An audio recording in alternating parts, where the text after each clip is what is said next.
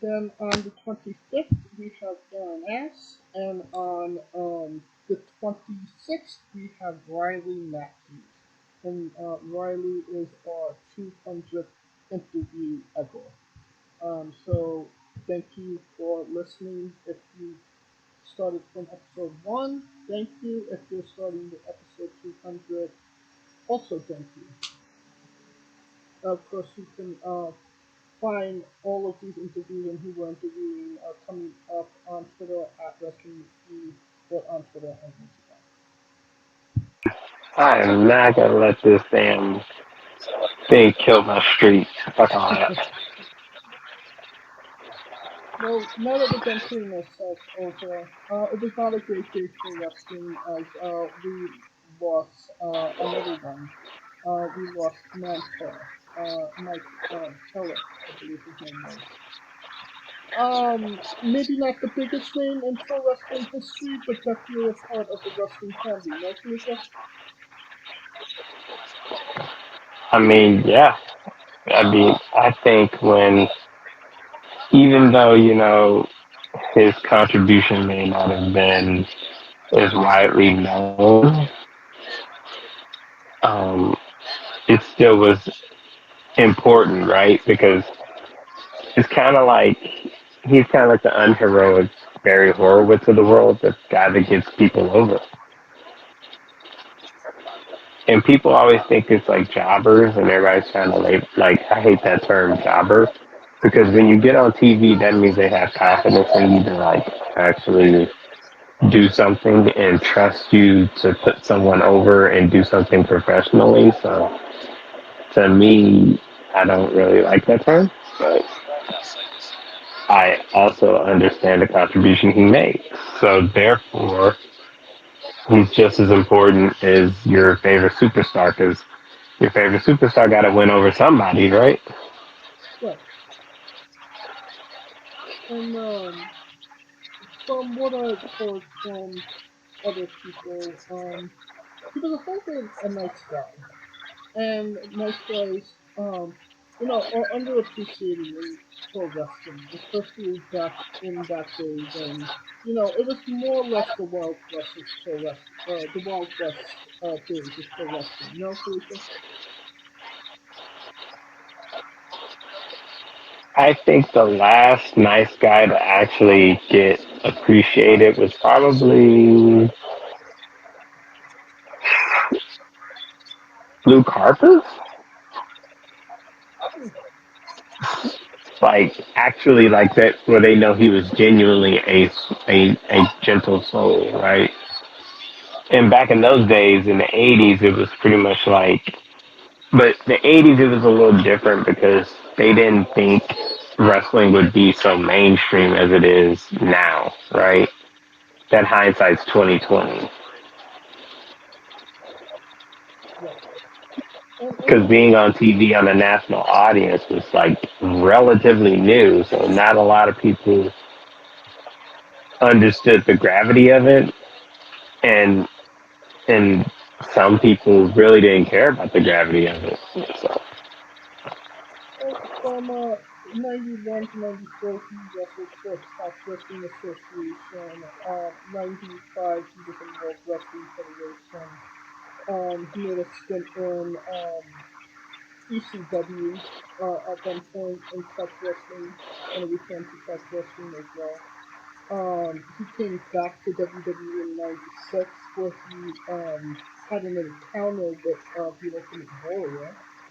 Um, then United States Wrestling Association and World Championship Wrestling in '97. So I mean, he wrestled for all the big companies, the top three at least. Um, Unfortunately, we lost him way too soon. He was 55. Um, but he does have a family. So it definitely sucks. it does. See, I remember him in the USWA days though, because he was a USWA heavyweight champion. Right. But I mean, unfortunately, people are going to remember the big bull head that he had to put on for WWE. pretty much. Yeah. Right. Um, our thoughts and prayers go out to the friends and family of Mike Foley. Right. Speaking of family, Brian Pillman Jr. has left AEW reportedly. His contract was up. He did not renew, and now he is a free agent. This to me is, how did they let this guy slip through their fingers? Because how could you say, "Oh, we're promoting younger talent, we're trying to bring up new guys," when you had a diamond in the rough in Brian Pillman and he never got any major chances in the company?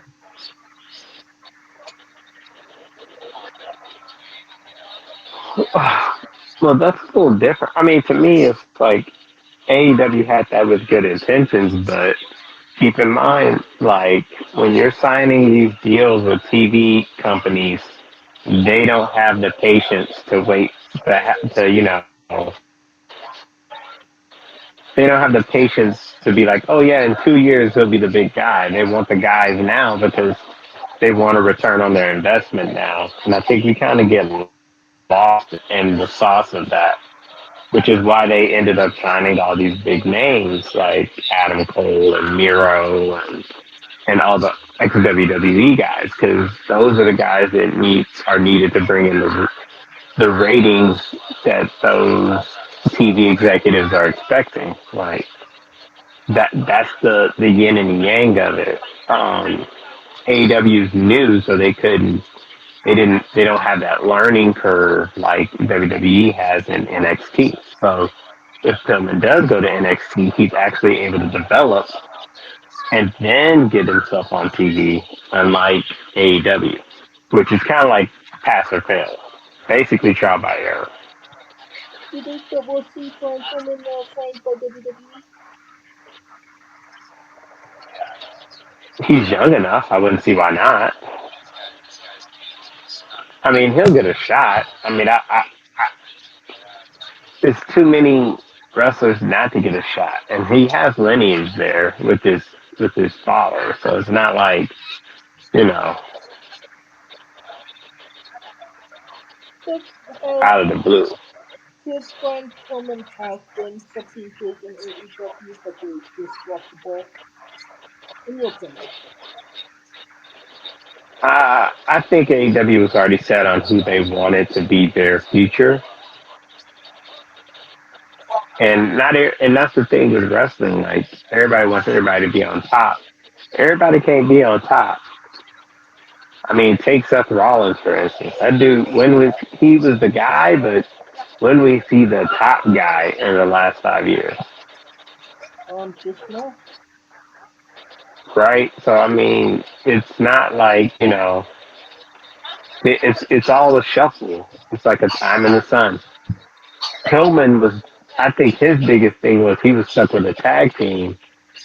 So, and being a young tag team in a stacked division, which AEW at the time had, it was easy to get lost in that sauce of the tag team. I think we'll see what happens with Brian, and hopefully it's something good. That adds to his legacy. Right. AEW is banning moves from the company, and if you could have these moves approved if you go to I guess Tony and the agents. But I'm gonna list off everything that is banned from the company now. Unprotected chair shots to the head, shots to the back of the head, buckle bomb, the blind move backwards into the front buckle, Fencing responses, unnatural position of arms following a concussion, seizure cells, bleeding in the crowd, weapons or projectiles in the crowd, taking drinks or food from the guests in the crowd, or physical contact with the crowd. Um, Also, there is all of that has been banned.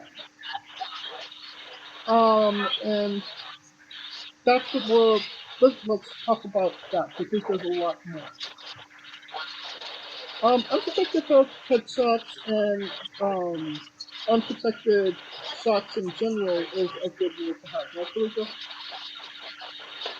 Yeah, I mean, I don't get why people would think that. I mean, I get it, but in an age where we have like these NFL concussions being a big headline, you don't want to be that company that has to deal with that, right?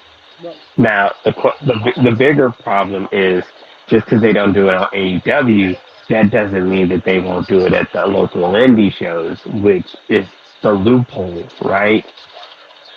And that's where I think AEW has to be a little better, bit better of protecting their investment because a lot of those guys are working indie shows, and those indie shows are getting headshots, and they could get a headshot, then get a concussion, don't feel the effects, go back on the TV show, and get and just bounce their head off the mat, and boom, it could reoccur. So this is where that rubber is going to meet the road when eventually when it comes to AEW, and that's going to be the battle that they're going to have, and Also, that's going to be the conversation that no one really wants to have.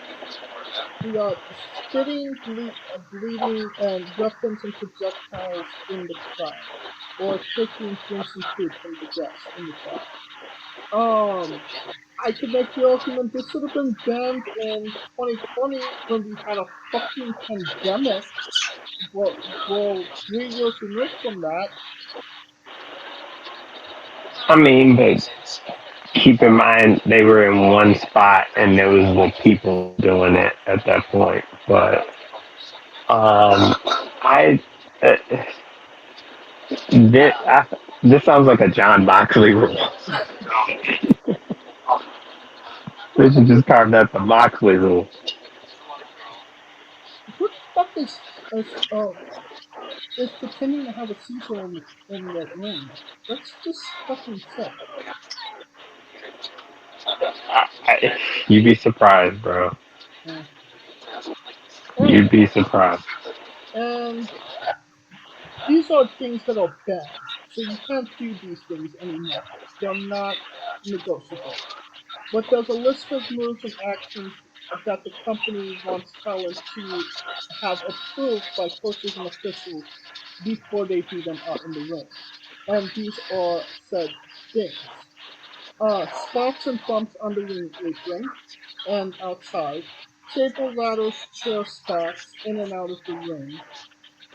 Any elevated spot outside of the barricades, dive and ladder spots on stage, around the arena, and other places outside of the ring. All pile drivers, tombstone variations, including sit-down drivers, embroidered positions, cross piranha, and vet breakers. Um, Maybe backbreakers? I don't fucking know. High risk dives or top rope moves, 450s, fixed 30s, double moonsaults, SSTs, inten- intentional bleeding of any sort, not just blading, drawing people into through oval ring steps, commentary table, guardrails, barricades, weapons used, chairs, pipes, kendo sticks, hammers, ring bells, bats, chains, title belts, thumbtacks, skewers, barbed wire, other soft puncturing objects and powders, um, arsenal spray and liquids, throwing any weapons or objects, chairs, choking, strangling with hands or a weapon, or hanging spots. Injury spots or angles, whether or not medical is involved, called to the ring. Any physicality in the crowd or crowd brawling. Any physicality involving referee, managers, experts, celebrities, or special guests. This is basically the full episode of AEW, no? This is every single match. Uh, the theorist in me is like how much of this is TV execs and how much of this is AEW trying to calm down or trying to get the best spot.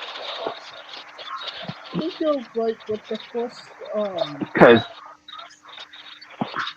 I think you're right with the first. Your first assumption that it could please the Warner Brothers. No, I mean, it would have to because no one has these problems with TNT.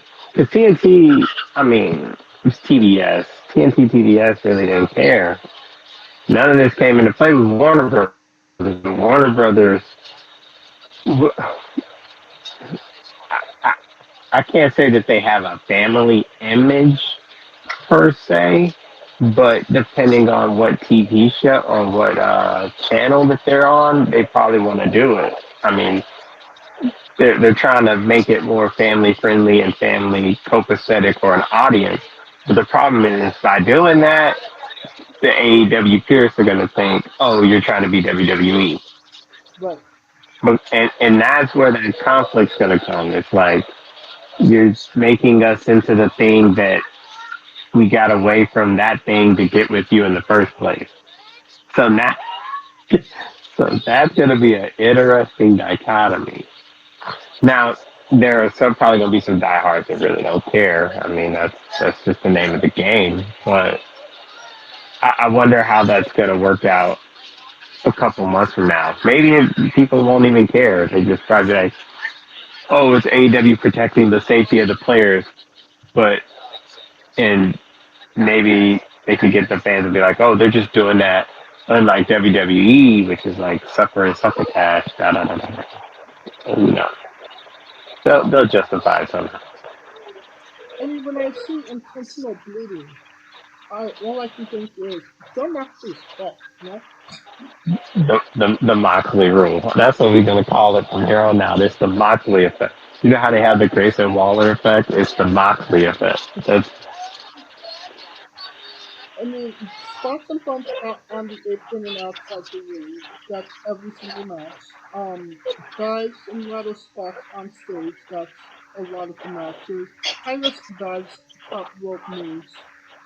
That's that's more. every match, Yeah. every bloody guy.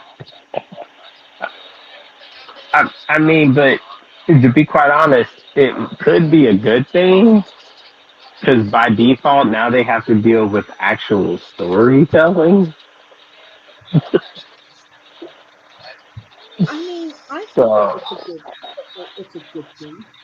It just that it could actually make these guys think outside of the box somewhat to make a match make more sense than just doing flippy shit. but the problem is that part is going to be the biggest learning curve ever because of the fact that I'm a big believer in however long it took to get to point A, it's going to take just as long to get to point B, right? So they've been doing this for 3 years, flippy shit. You think it's going to flip in 3 months? No. I mean, And the thing is that other than the TV execs, who in the locker room is going to give them the correction that is needed. true. But I mean, we didn't think the WWE was going to change so drastically when Triple H got in charge of creative, and like within a month, half the roster, there was roster change, there was storyline changes, there was everything changed when he came into power. So I mean, it wouldn't surprise me if like in a month or two we'll see real development in AEW's match style.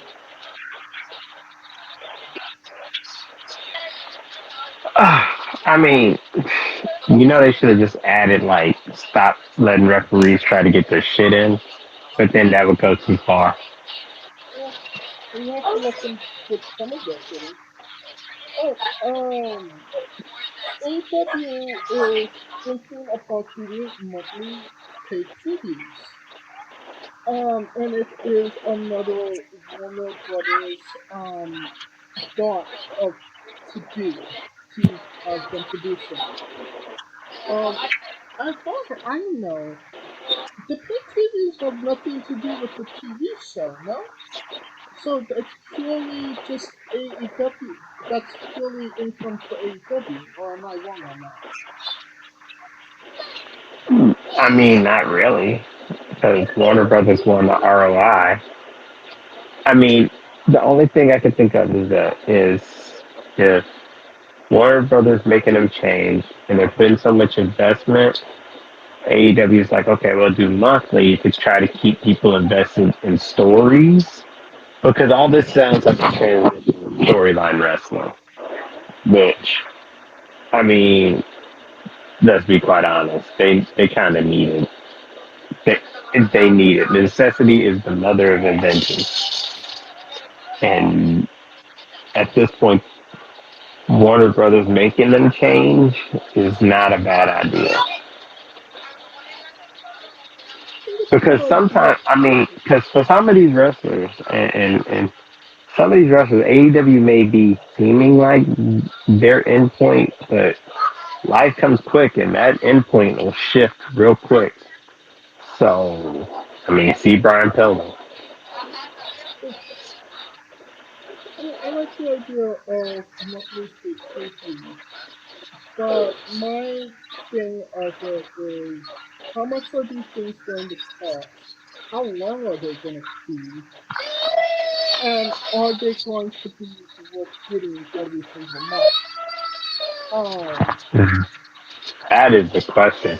But the thing is, they got a roster so deep, they gotta. I mean, they pretty much signed everybody who isn't dead as a wrestler. So they gotta get a return on investment from those guys.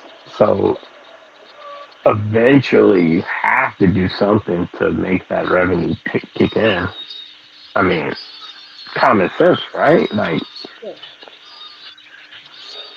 I mean, on the opposite end of that, I am interested in maybe a monthly AEW pay-per-view if it's like 2.5, 3 hours, and if it's easier for us to them to develop these stories with these guys to to a natural conclusion or progress the story, because I mean, as of right now, you're waiting every 3 months to get a pay preview for these matches, and sometimes it could be very drawn out, or they either draw the rivalry out ridiculously long where the story gets lost, or they just don't mention it for like 2, 3 weeks and then come back to it a month later because they have to wait a certain amount of time to get it on pay preview. But to get but it, that's AEW's fault because they're not doing one. They're not making us really care about the story per se. Like that was an issue before Warner Brothers did that, right? yeah, Like they have enough people to where they can recycle and give you tidbits of stories every week. It's just that they cater to the base, and the base cares about Adam Cole and MJF and CM Punk and Kenny Omega and the Bucks, and they don't really care about Private Party or you know what I mean. Or they get them hot for a second and make them go completely cold, such as the Acclaim or Miro or Soho before she became an outcast. Athena. I mean, I could keep going. Right. It's it's just that they don't really make you want to care about it.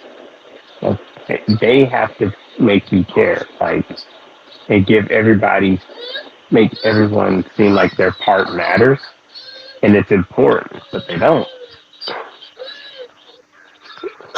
No, I talked about this being, if they do a monthly, what platform it's going to be on, how much is it going to be.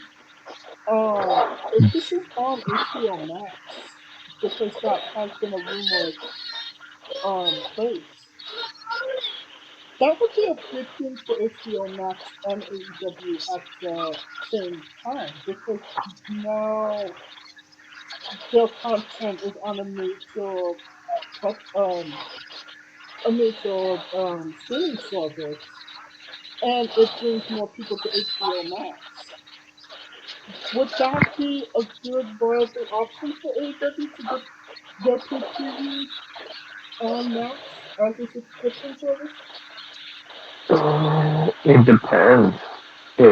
And the reason I say it depends because it's like you have to look at how many people who watch AEW already have it,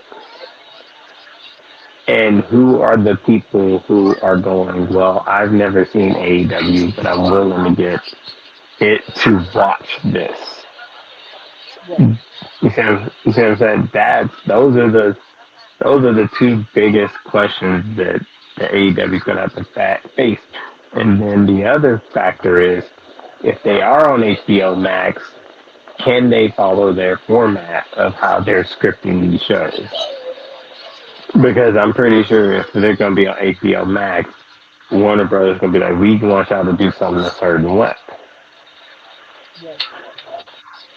So that's another, and then it comes to replay rights, streaming rights. It's a big shot in the dark for better or for worse for AEW. And I So mean, what they're doing right now in AEW, um, it doesn't seem like there's a lot of positivity when it comes to the storylines that they're doing and what they could do and what's going on. The only positive thing is the Wembley show, and it's kind of despite all of the shortcomings that they're having right now. Um, that being said, the teams for Blood and Guts have been decided. On the Elite side, I believe we confirmed this last week. It is indeed Kota Ibushi. On the BBC, the Combat Wombats, whatever you want to call them, it's the Bastard Punk. Yeah. I mean, I feel like Scooter was right. This was CM Punk's spot. And this is clearly the Bucks saying no. Yes, Felipe? yes, and that's the problem. Like, can they get over their egos to work together? No one, and that's the biggest emphasis. Like, I don't know what in the hell and that's the thing. The Bucks seem like that the group of cats that are like, once you're out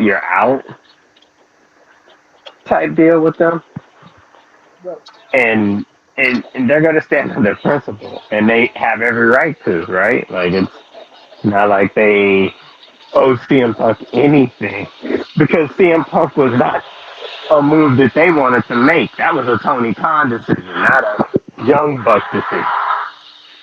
I mean, it's not. Nobody was clamoring for even before CM Punk came to AEW. Nobody was clamoring for a CM Punk Young Bucks match. The money was always Kenny and Punk. So I mean, is the Bucks stopping Punk from working with Omega? Are they saying to Omega? No, don't wrestle him because I feel like Kenny would do business if business was right with him.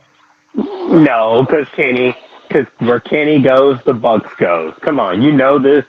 You come on, man. Yeah. We know this. We know this story. Like they literally built this thing together.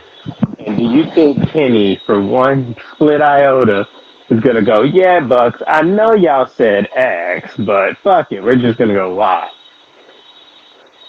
Well, I When mean, every decision that they made together has been every decision Kenny has made has had the Bucks in mind. Because if that was the case, Kenny might as well have to stay in Japan.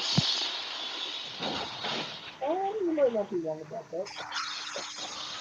But, yeah, the bastard talks fast. That's good news, right? I mean, it is someone who beat Kenny, so I mean, there's that. Sure. There's that. We'll give you that much.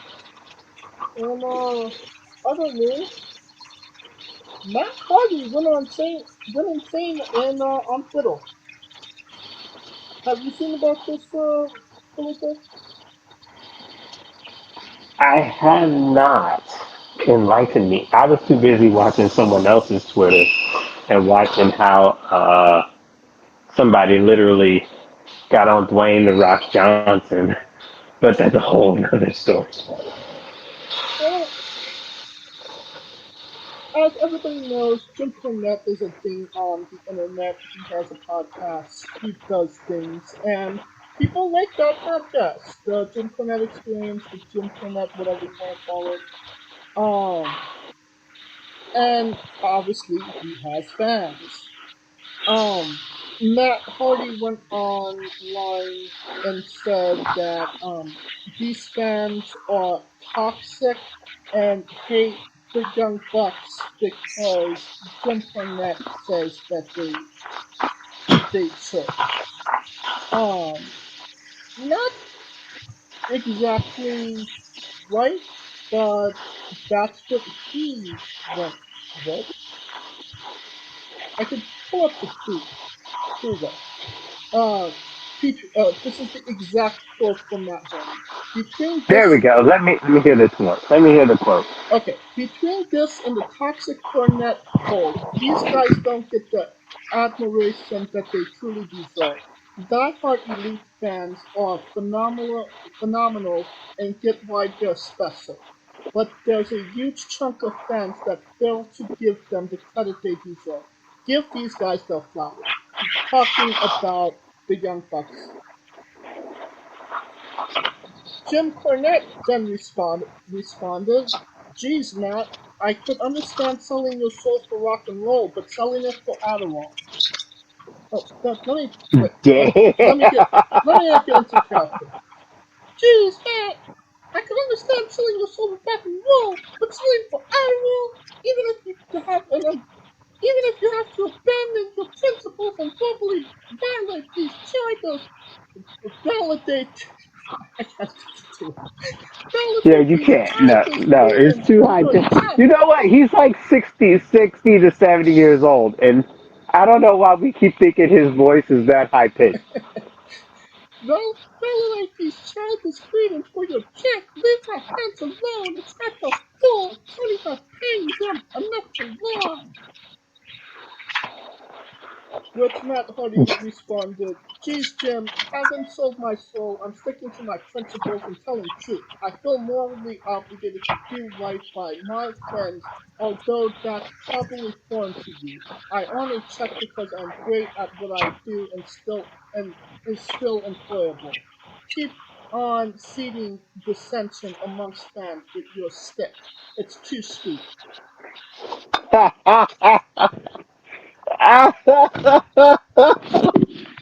This shit's crazy. Oh, there's a lot more. But what I want to get what I want to start off with is fans are fans, whether they like the elites or not. That is their choice. And for Matt Hardy to go online and say these fans don't matter because they don't like Oh, they don't. These fans don't matter. They're toxic. They don't get it because they don't like the elite. That's a pretty narrow mind to how to, of thinking. No, Kaliko. You're asking that question and you're sitting up there talking like you ain't never been seen an AEW fan who goes, "Oh, you still watch WWE?" Yes. Like it to me Unless that's he's just not the a fan, game. he's Matt It, Hardy. it, He's it's the called game. the company line for WWE. He's been a part of that No, company. He that's not the point I'm making. The point I'm making is that every fucking thing has rabid fanatics. Everything has rabid. What's the word can I look up? Extremists is the word I'm looking for because that's what this is. This is more wrestling in itself is kind of tribalistic at times, and sometimes it's our fault. Like we're fickle as shit. I ain't even gonna lie to you. Um, Wrestling fans can be the most genuine, awesome, toxic motherfuckers ever. Like so, it's nothing new to say that is just one sided is disingenuous at best because it's AEW fans, it's WWE fans, it's everybody. Because some people may not like the Bucks. Get it? Granted, I I'm one of those guys who I think the Bucks are very incredible. When they want to have a great match, they can have it, right? but Um, there's no but. I mean, that's just how I feel about them. They can have it when they're invested in it and they feel like it. I just don't think the tribalism is gonna get anywhere with it. It's him calling everybody toxic, bro. You haven't been to an AEW show that's basically toxic wrestling in itself. Like, well, he tell me doesn't. I'm lying, But I mean, he's usually on the pre-show, so he doesn't get to see the crowd when it's all there.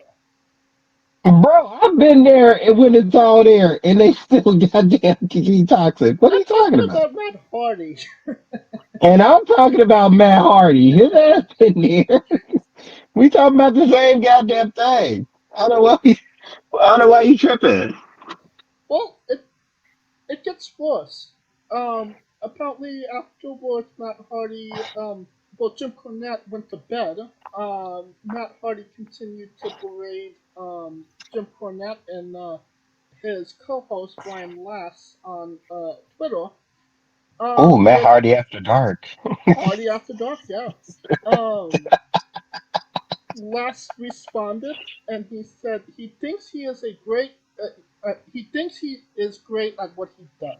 We've all been watching. His promos suck. His in-ring works is shit.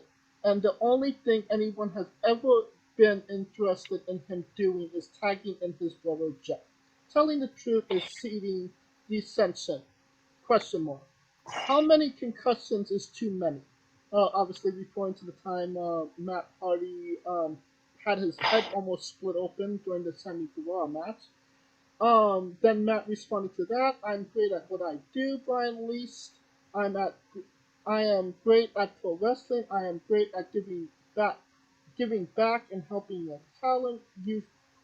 You're just some asshole with an opinion, and that opinion doesn't mean shit in reality. But most importantly, just an asshole. Ryan Last responded, "You've been a great enabler, but you know your crap has sucked for years.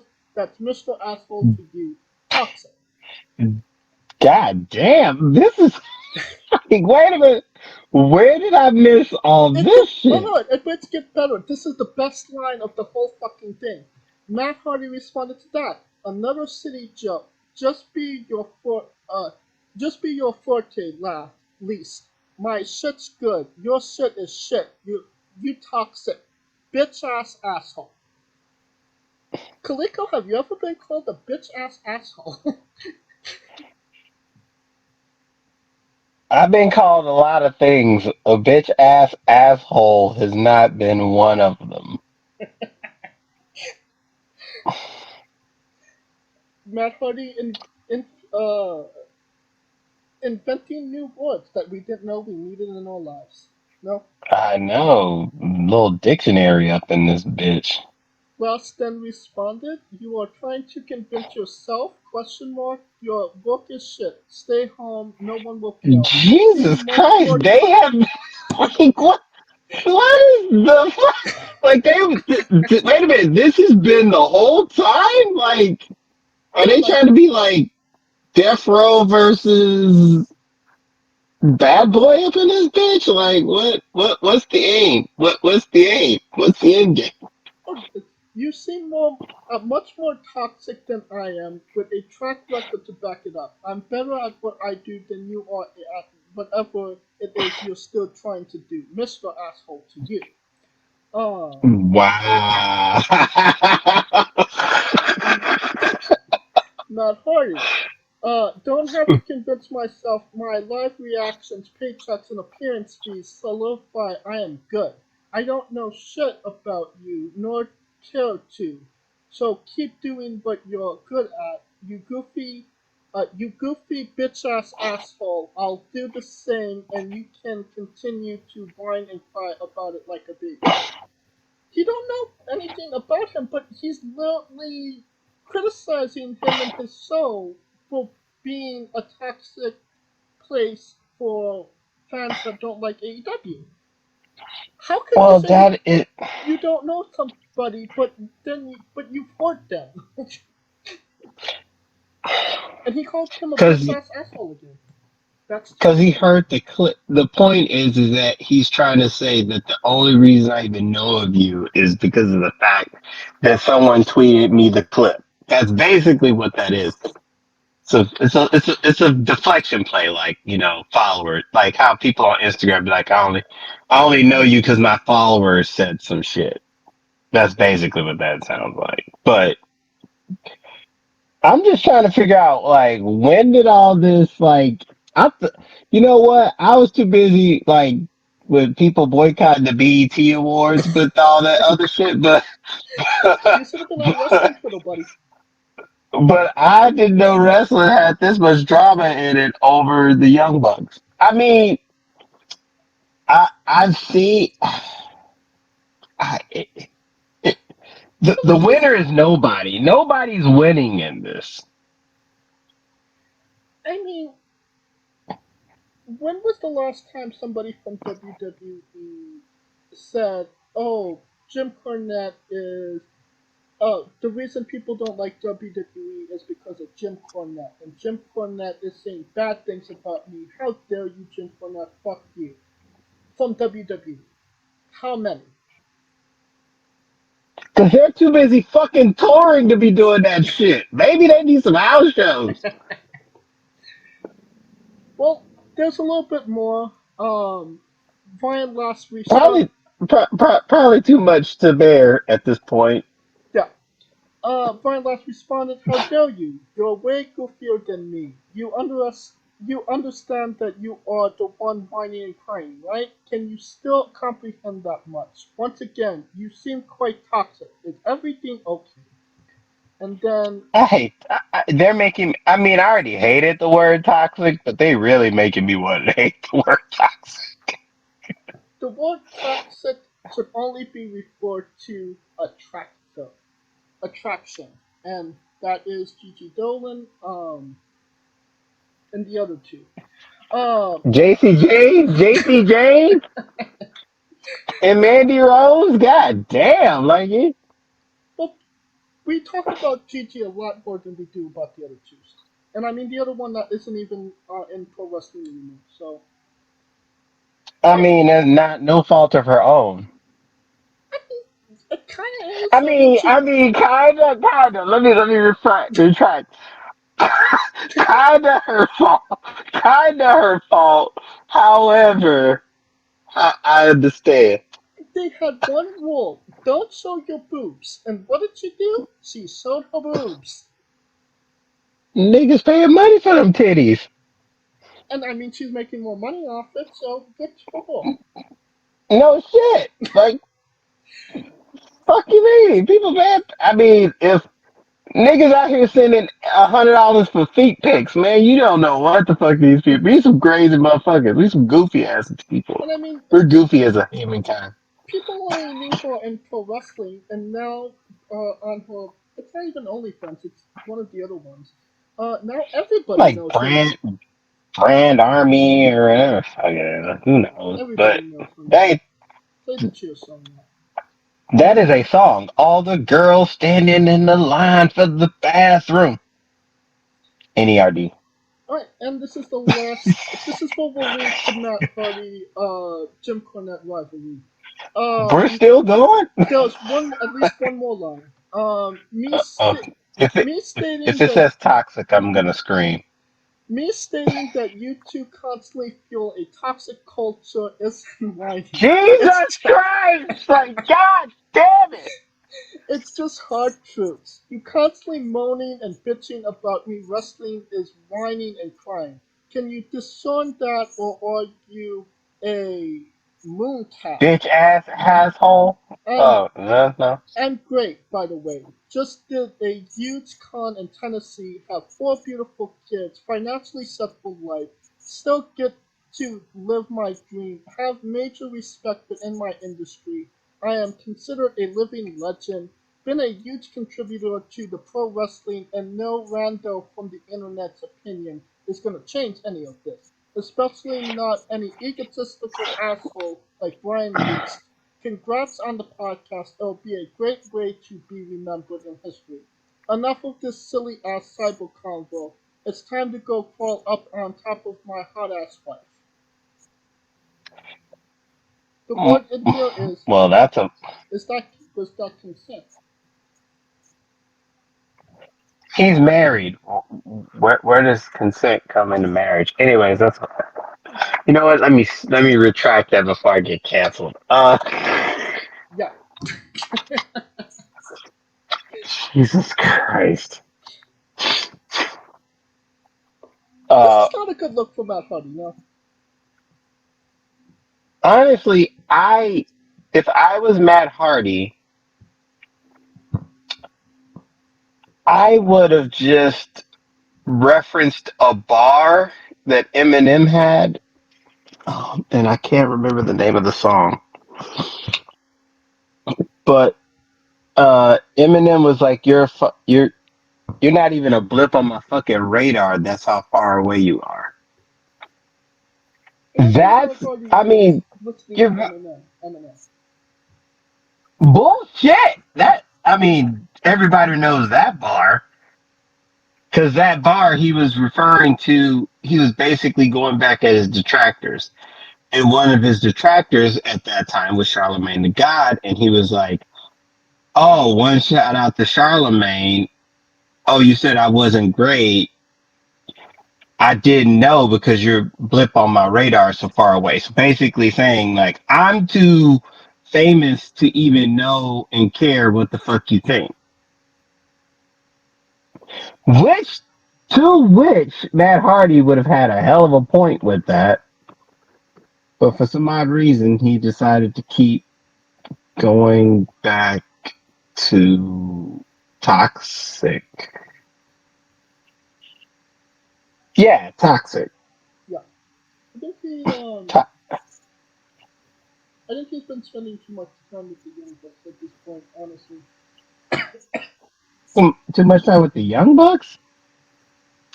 I mean, it feels like something that they would instill in him. I mean, this started with him trying to give them flowers, and ended with him saying he that he's financially set for life. He's a fucking legend. Everybody else is toxic, and he has a hot ass wife. How did we get there? But those are all the truth. I mean, yeah, but again, some people just shouldn't be on Twitter. At least in this. Like like me. Yeah, I shouldn't be on Twitter. When's the last time you tweeted? That's why I shouldn't be on Twitter. Elon Musk, though, I must say, but I'm not gonna go there. Anyway, I still don't get what what was the end game of all of this, because it doesn't go. I can't wait to see Jim Cornette next week, or I can't wait to go check AEW for Matt Hardy next week. It doesn't really solve anything. I mean, it only really legitimizes Jim Cornette more as, you know, somebody that has a voice in the pro wrestling world, in my But opinion. he always had. But the problem is, he always had a voice. There's a reason that. I mean, Dark Side of the Ring, you don't see his ass. Like he's a like for everyone that says Jim Cornette isn't worth shit. He's a goddamn wrestling historian like I've never seen. Like the fact that he knows so much history about it is fucking great. For better or for worse, well, no matter what you feel about I will leave it at this. If you like the Young Bucks, if you like Kenny Omega, if you like AEW, that's your thing. Fantastic. him, yeah, But yeah, don't shit on people that don't like them. And if you don't like Kenny Omega and the Young Bucks and AEW, you have that opinion as well.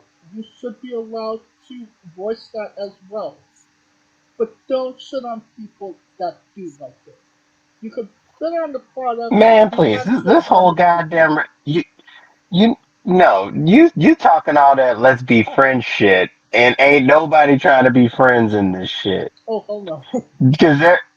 So I don't know why you even going there. I'm trying to get I people get it. to. It's like a what did we learn on the show today type thing. Friendship. You're trying to be the wrestling Rodney King. That's what it sounds like. Can we all just get along type shit? And no one's having it. Nobody's having that shit. Only you, sir. You're the only one in the room. Now me, I understand what it is, but at least I'm gonna get some goddamn jokes out of this shit. But you, oh yeah, let's harmonize like the land before time or some shit. I mean, Like man, stop, I mean, stop. bitch ass asshole isn't going anywhere anytime soon. No. If he didn't say the other bitch ass that I thought was gonna follow up with it, I'm cool with it.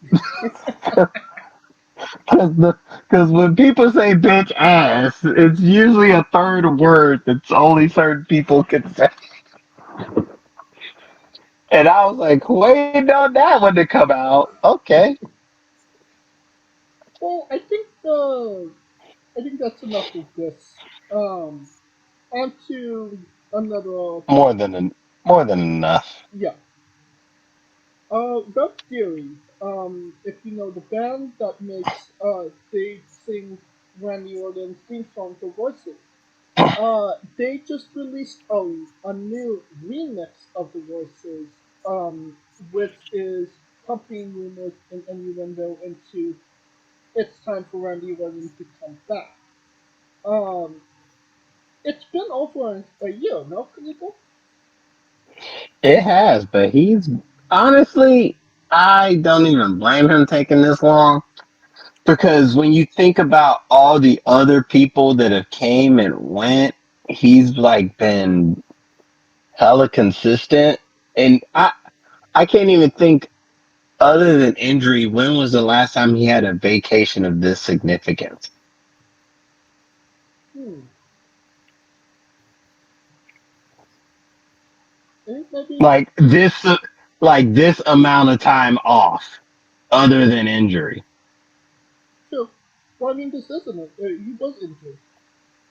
It was his I know he second was time. injured, but what I'm saying is that fuck it, he earned that shit. He earned. I don't get. Yo, if he chooses not to come back, I don't care. He earned that shit. I mean, selfishly, I do want him back because I love some Randy Orton. But I mean, if he retires tomorrow, I mean, his legacy is cemented. He's one of the greatest of all time. I think his greatness is in the consistency, personally. Because when everyone else was dipping out, going to Hollywood, he was the only guy that kind of like stayed in it with the business in mind. Right.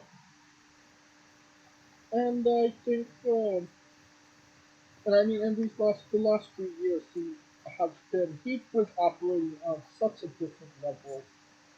Um, even if there is no more Randy Orton, in an actual ring, I feel like Randy Orton's going to do something backstage. He's not going to just walk away from the wrestling business completely. Mm, I wouldn't put that much stock in it, but I mean, if he does, great. If he doesn't, cool. But if he does come back, I think everybody will be ready for him. The question is now where do you start with him? Like, does he pick up? Because keep in mind, the track was for him to go against Riddle. Right. So do you keep that? Do you have that comeback where he thinks he's with Riddle and then he turns on Riddle that night? You know what I'm saying? So it's Right. so many moving parts with him coming back. It's I think. I mean, Riddle has been still mentioning Randy Orton on WWE TV regularly since he's came back. So I mean, it feels like the most natural thing to have Riddle versus Randy right away. And I think it also will run its course. It is what it is. I think have the one match where they team together, have Randy RKO the motherfucker, and go into SummerSlam as a match, or even nah. before after SummerSlam, whenever he decides to come back. If you're gonna do it, you might as well just do it right immediately, right? Like just cut that cord. Because to me, my best bet would have been like have I if I had it my way, I would have had Riddle win Money in the Bank and had Randy coerce Riddle into cashing in for Randy. That Mm, would have been some shit. That would have been some cold ass shit because it felt like Randy could have spit in his throat and Riddle would have been like, more please, at that time. right. But I mean, And that would have been and that would have been a first, like a person who cashes it in to give it to someone else. I mean, at the time that would have been awesome. But I feel like we're so far removed Oh from yeah, it. we're far gone. We're far gone. Right. So we're far gone from that. So he's gonna have to come back and just like turn immediately. Because Right. the problem is that he's gonna come back as a face and you're gonna want him to do it immediately to be a heel to say fuck the people, or he's gonna come back and Riddle is the heel. So that is the question. Who's gonna be the bad guy? Who's who's the person we should be feeling sorry for? I feel like if they put Randy Orton to turn heel on Riddle, which is the most natural thing to do, obviously. But I feel like Randy's at that spot where he could decapitate a motherfucker in the middle of the ring and the people will cheer. I think the people are firmly on his side, whether he's a good guy or a bad guy at this point. Especially if he does it to Riddle. So that's my point. Like, who should be the person that is wronged? That's a big question. I mean, we've never seen Riddle as a heel. But they haven't really put him in that position. I mean, anybody could be in the position when they want them to be in the position. It's just While I agree with that, there are certain people who can like naturally progress to that. Like Riddle coming back and then facing. I mean, at best, if he faced Gunther and the people are over with Gunther, maybe because based on how his last match was. But I mean, but then again, they still had him act like a face for the Money in the Bank. So I mean, you know what I mean? like So it's kind of too late to do that part unless they just want a hell of a swerve, which could happen at SummerSlam. That could be something where it's a swerve at SummerSlam. Because I could see Riddle going, I needed you and you weren't there for me, so fuck you. it's definitely going to be interesting to see what happens because I feel like if when Randy comes back, it you can't have Riddle not do anything. It's the natural thing to do is just to slide him in with Riddle. So it will be interesting to see. Natural doesn't make it right. So that brings us to our last bit of news. WWE correspondent, whatever you want to call her, interviewer, backstage person, Megan Moran, donated her kidney to the kidney place. I believe it was Kidneys R Us. She went in. They said she said I want to give my kidney. They said give us your kidney. They put her under anesthesia, and she woke up a couple hours later in the ice bath. So did I go for donating a kidney? No, Kalika. I mean, I that is a that is a freaking dedication. That's dedication, and that's really good. I will say that it is very, very good. If you want more So information, oh, continue. I'm like, yo, that's. I mean, if it felt it in our heart, I'm surprised WWE didn't do anything to capitalize off that because I feel like that's some shit they'd be like, oh, look at us, Well, literally saving lives. you're not wrong about that. If you want more information on the whole story, we wasted way too much time with Matt Hardy freaking out on Twitter to give you a good wholesome story like Megan Moran. Toxic. We were too toxic with Matt Hardy to give you the good. Correct. Um, so you could go online to type it into Google, and I'm sure you'll get all the information, the full story from Megan herself. Again, great human being. Good on her. Alright, I believe we are done with the news. Now a quick word from our sponsors. Hey, folks, this is the Colossal Mike Law, and you are listening to Wrestling with Entertainment. Enjoy the show, support these guys. We appreciate it very much. We'll see you at ringside.